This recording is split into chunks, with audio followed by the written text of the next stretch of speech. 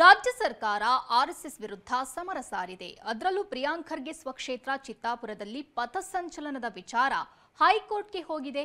ಆದರೆ ಅದೇ ಹೈಕೋರ್ಟ್ ಸೂಚನೆ ಮೇರೆಗೆ ಇವತ್ತು ಜಿಲ್ಲಾಡಳಿತ ನಡೆಸಿದ ಸಭೆ ಕೂಡ ಗದ್ದಲ ಗೊಂದಲದಲ್ಲೇ ಮುಗಿದಿದೆ.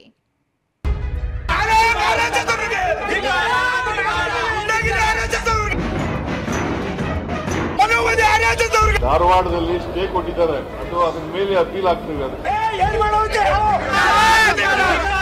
ಒಂದು ಕಡೆ ಧಿಕ್ಕಾರದ ಘೋಷಣೆ, ಮತ್ತೊಂದು ಕಡೆ ಪೊಲೀಸರೊಂದಿಗೆ ವಾಗ್ವಾದ. ಕಲಬುರಗಿಯ ಚಿತ್ತಾಪುರದಲ್ಲಿ ಹೊತ್ತಿಕೊಂಡಿರುವ ಆರ್ಎಸ್ಎಸ್ ಚಟುವಟಿಕೆ ನಿಷೇಧದ ಕಿಡಿ ಈಗ ಬೀದಿಗೆ ಬರೋ ಲಕ್ಷಣ ಕಾಣಿಸ್ತಿವೆ.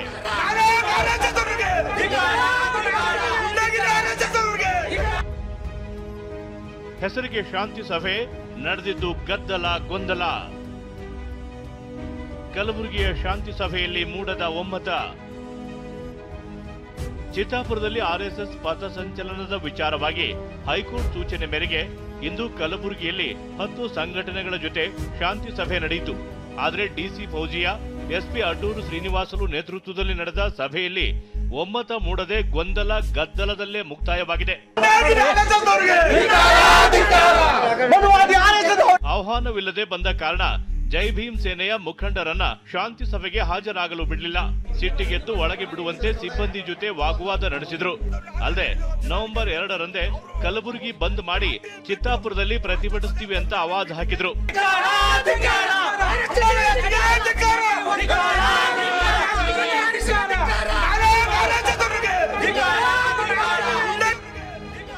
ಇನ್ನು ಸಭೆ ಮುಗಿಸಿ ಹೊರಗೆ ಬರ್ತಿದ್ದಂತೆ ದಲಿತ ಪ್ಯಾಂಥರ್ ಸಂಘಟನೆ ಕಾರ್ಯಕರ್ತರು ಕಿಡಿಕಾರಿದ್ರು.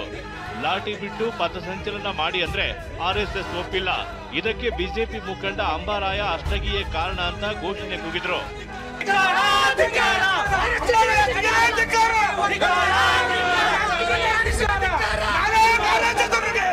ಆರ್ಎಸ್ಎಸ್ ಮುಖಂಡ ಅಂತ ಹೇಳ್ಕೊಂಡು ಸುಳ್ಳು ಹೇಳಿ ಮಿಟಿನಲ್ಲಿ ನಾವು ಏನಪ್ಪಾ ಅಂದ್ರೆ ಸ್ವತಂತ್ರದಂದ್ರು ಆದ್ರ ಆರ್ಎಸ್ಎಸ್ ಗುಲಾಮ ಆಗಿ ಆ ಸಭೆ ಹಾಳು ಮಾಡಕ್ ಬಂದಂತ ಅಂಬಾರಾಯ ಅಷ್ಟಗಿ ಅವರಿಗೆ ಬಿಜೆಪಿ ಮುಖಂಡ, ಆರ್ಎಸ್ಎಸ್ ಮುಖಂಡ ಅಲ್ಲ, ನೋಂದಣಿ ಇದ್ದಂತ ಸಂಘಟನೆ ಇವತ್ತು ಅನುಮತಿ ನೀಡಬೇಕು.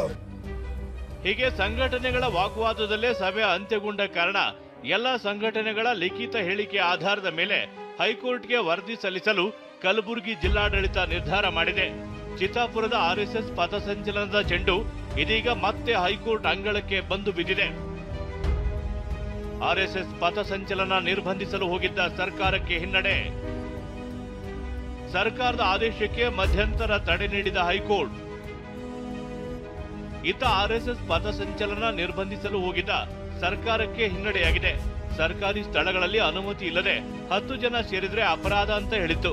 ಅಲ್ಲದೆ ಸರ್ಕಾರಿ ಜಾಗಗಳಲ್ಲಿ ಸರ್ಕಾರಿ ಸಭೆ ಸಮಾರಂಭಗಳಿಗೆ ಪೂರ್ವಾನುಮತಿ ಕಡ್ಡಾಯಗೊಳಿಸಿತ್ತು. ಆದ್ರೀಗ ರಾಜ್ಯ ಸರ್ಕಾರದ ಆದೇಶಕ್ಕೆ ನ್ಯಾಯಮೂರ್ತಿ ಎಂ ನಾಗಪ್ರಸನ್ನ ಅವರಿದ್ದ ಧಾರವಾಡ ಹೈಕೋರ್ಟ್ ಪೀಠ ಮಧ್ಯಂತರ ತಡೆ ನೀಡಿದೆ. ಜೊತೆಗೆ ಸಂವಿಧಾನ ನೀಡಿರುವ ಹಕ್ಕನ್ನ ಕಿತ್ತುಕೊಳ್ಳಲಾಗದು ಅಂತ ಅಭಿಪ್ರಾಯಪಟ್ಟಿದೆ. ಪೊಲೀಸ್ ಕಾಯ್ದೆ ಇರುವಾಗ ಈ ನಿಯಮ ಏಕೆ ಬೇಕು?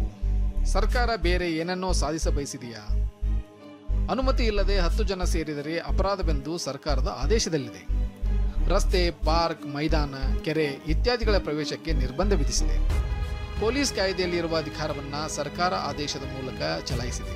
ಸಂವಿಧಾನದ ಆರ್ಟಿಕಲ್ 19(1)(a)(b) ನೀಡಿರುವ ಹಕ್ಕನ್ನ ಸರ್ಕಾರ ಕಿತ್ತುಕೊಂಡಿದೆ.